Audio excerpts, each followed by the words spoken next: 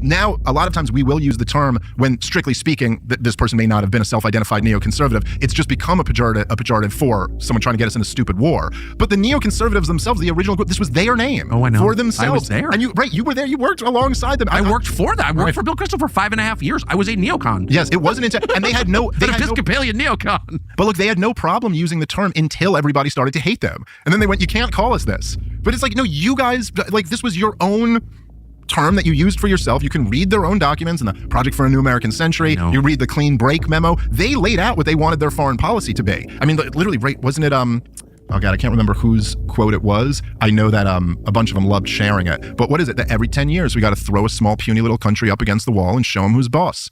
This was their foreign policy. We need multiple theaters of war in the Middle East in order to ensure the new century is an American century. So immoral and disgusting. Yes. And also that, and look, as anybody can read, I think we talked about this last time I was on, but anybody can read for themselves the Clean Break memo. It was written by Richard Pearl and David Wormser to Benjamin Netanyahu. That was like, look, here's our plan. And the break was from the peace process. The break was from Oslo. And they go, look, here's the plan. You know how Yitzhak Rabin and all these liberal Jews are saying we have to make peace with the Palestinians so that we can then make peace with the broader Arab world? Well, no, we got a new plan. We're going to break with all of that. We're not doing this land swap thing. We're not giving the Palestinians a state. What we'll do is we'll have America overthrow all of these other governments.